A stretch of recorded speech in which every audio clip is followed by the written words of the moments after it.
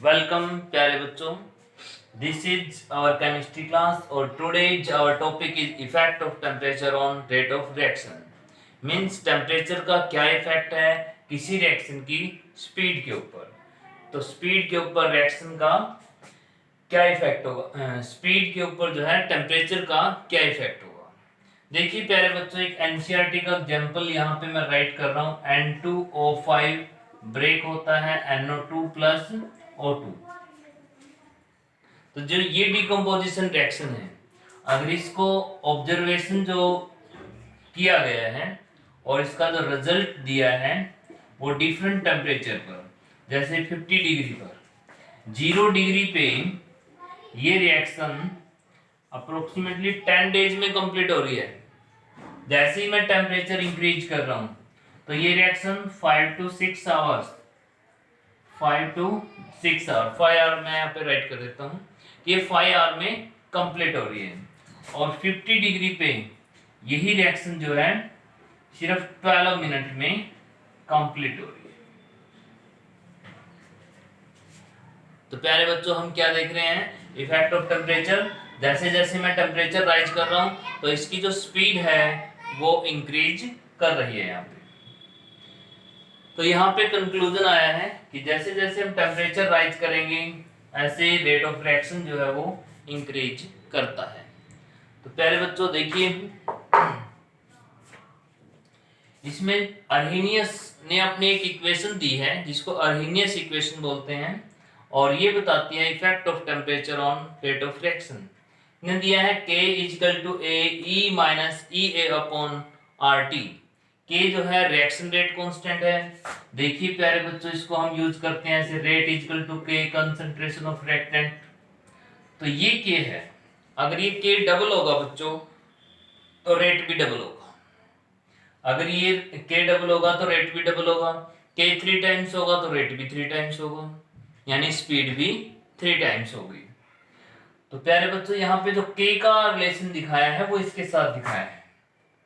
इस ए को बोलते हैं यहाँ पे फ्रीक्वेंसी फैक्टर। ए को यहाँ पे क्या बोलते हैं, फ्रीक्वेंसी फैक्टर, यानी कि कांस्टेंट है ये। और ये एक प्री एक्सपोनेंशियल फंक्शन भी बोलते हैं इसको, प्री एक्सपोनेंशियल फंक्शन। ई क्या है, एक्सपोनेंशियल फंक्शन है। ई ए है बच्चों यहाँ पे एक्टिवेशन एनर्जी। ए से बनता है एक्टिवेशन, ई से बनता है एनर्जी, एक्टिवेशन एनर्जी। आर जो है गैस कांस्टेंट है और टी प्यारे बच्चों टेम्परेचर है।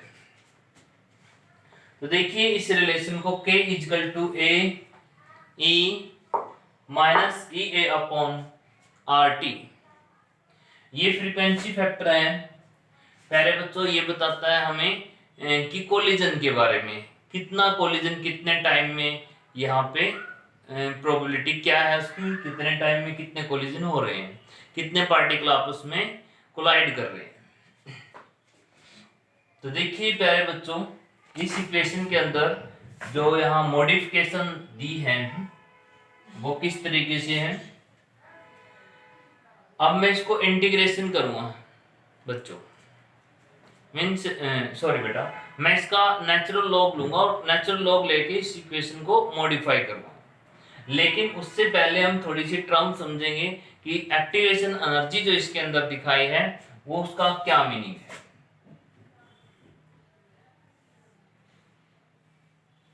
ये है बच्चों एनर्जी और ये है रिएक्शन, रिएक्शन की प्रोग्रेस, रिएक्शन की प्रोग्रेस। अब देखिए ये है एनर्जी ऑफ रिएक्टेंट। तो एनर्जी ऑफ रिएक्टेंट जब यहां पहुंचेगी एक पर्टिकुलर स्टेज पर तो रिएक्टेंट आपस में रिएक्शन करेंगे। जब रिएक्टेंट की एनर्जी इंक्रीज करेंगे, टेम्परेचर से करें या कैसे भी करें, जब इसकी एनर्जी इंक्रीज करेंगे हम तो रिएक्शन होगी, यहां पे रिएक्शन हुई है। तो इस पॉइंट को बोलते हैं थ्रेशोल्ड एनर्जी, थ्रेशोल्ड एनर्जी। तो प्यारे बच्चों, रिएक्शन होके फिर ये वापस आते हैं। तो ये हो गई हमारी प्रोडक्ट की एनर्जी।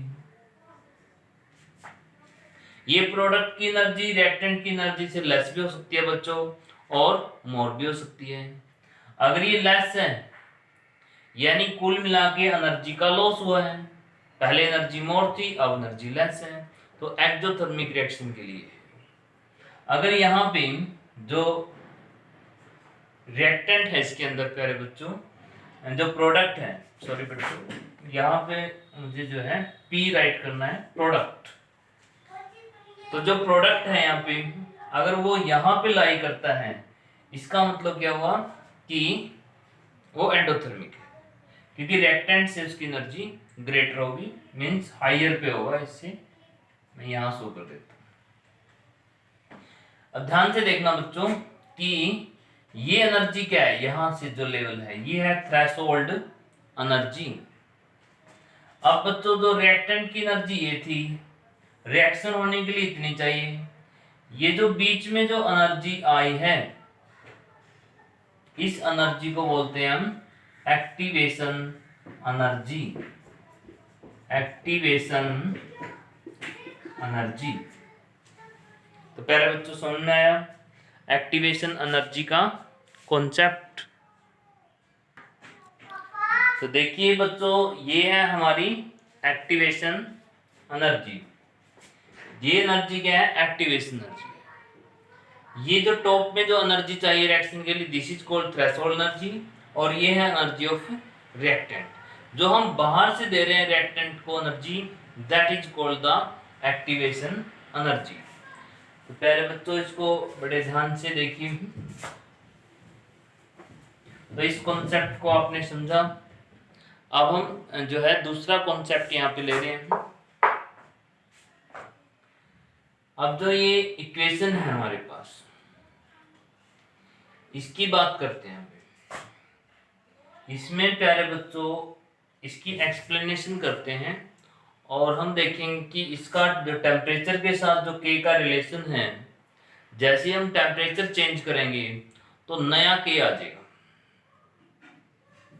प्यारे बच्चों टेम्परेचर डिपेंडेंट के, if I am increasing temperature means I will change the temperature, then the value of K also changes. तो प्यारे बच्चों देखिए मैं यहाँ पे दो इक्वेशन आपको दूंगा, और तो देखिए प्यारे बच्चों जो इस इक्वेशन का जो इम्पोर्टेंस है वो किस तरीके से है। तो मैं यहाँ पे इसकी इम्पोर्टेंस के बारे में बता रहा हूँ। तो बच्चों मैं इसको प्यारे बच्चों देखिए इसमें जो के की वैल्यू है वो किस तरीके से हम चेंज करेंगे।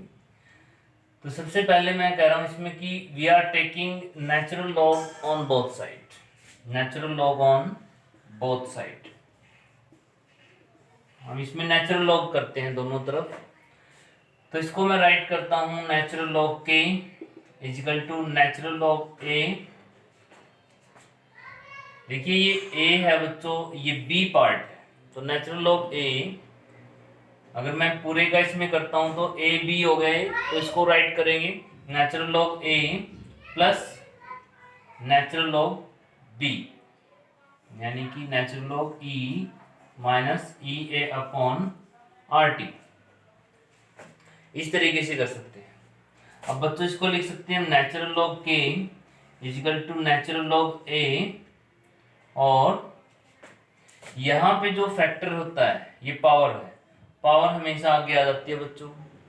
तो ये बन गया है minus E A upon R T, और जो नेचुरल लॉग ई है इसकी वैल्यू 1 होती है, तो इसको हम यहाँ से हटा देते हैं।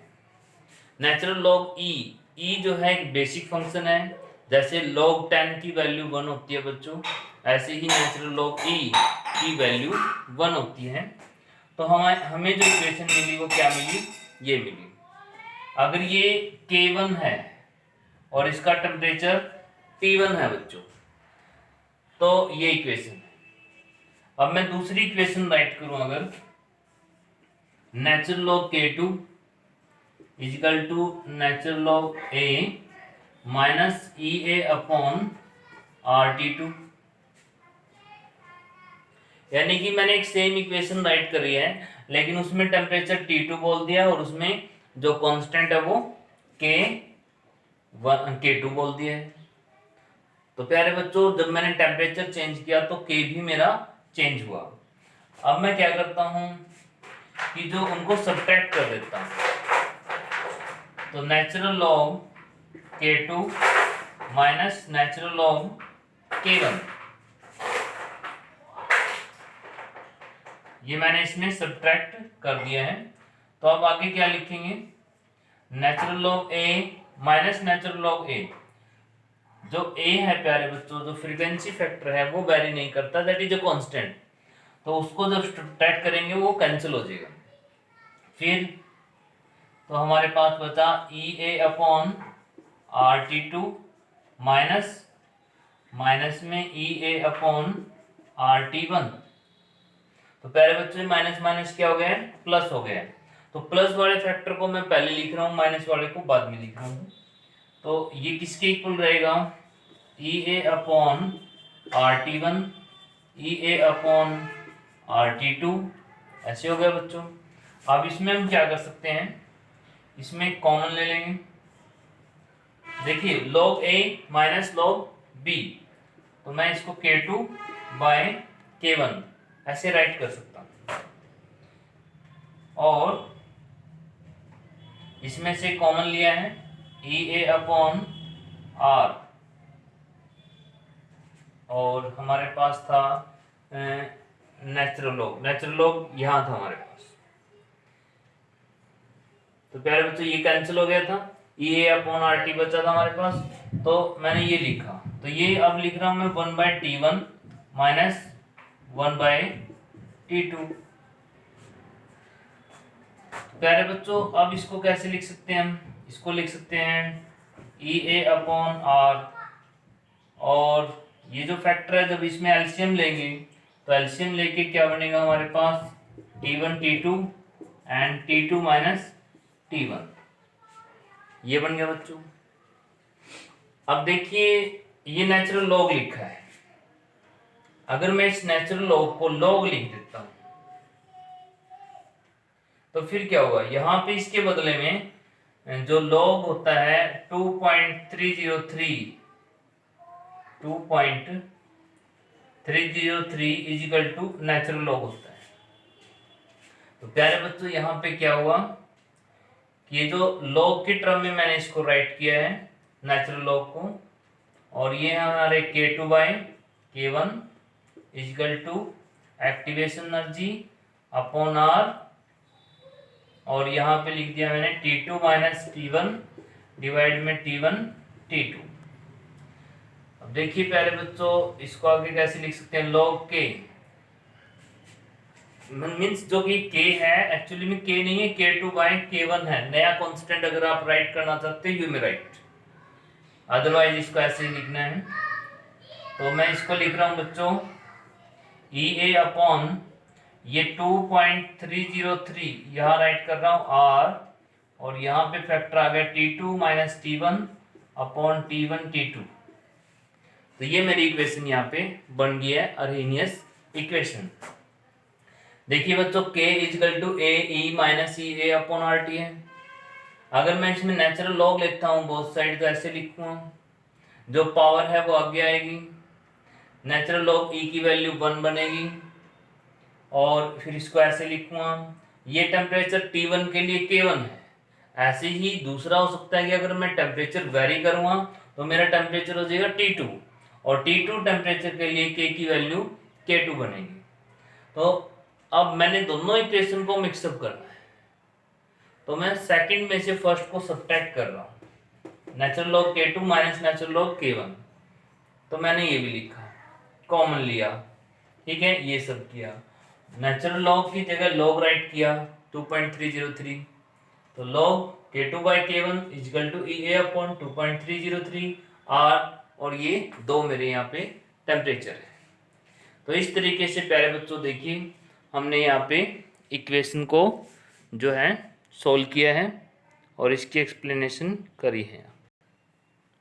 प्यारे बच्चों देखिए यहाँ पे थोड़ा रिएक्शन कॉन्सेप्ट भी समझिए कि हमने एक्टिवेशन समझा, हमें टेम्परेचर के रिलेशन भी समझा। अब देखिए मैं कोई छोटा सा एग्जांपल ले रहा हूँ यहाँ पे एच हाइड्रोजन और आयोडीन की मैंने रिएक्शन करवानी है और मुझे HI बनाना है। प्यारे बच्चों देखिए कैसे बन सकता है HI। जैसे हाइड्रोजन का हाइड्रोजन से कनेक्शन है, बॉन्ड बना हुआ है, और बच्चों आयोडीन का आयोडीन के साथ बॉन्ड बना हुआ है, और इन दोनों की रिएक्शन होनी है। तो पहले क्या होगा बच्चों, इन दोनों का जो बॉन्ड है ये बॉन्ड वीक बनेगा, ये बॉन्ड ब्रेक होंगे। देखिए हाइड्रोजन ने अगर आयोडीन के साथ रिएक्शन करनी है तो ये बॉन्ड ब्रेक होंगे, ये भी बॉन्ड ब्रेक होगा, और एक नया बॉन्ड इन दोनों के बीच में बनना स्टार्ट होगा।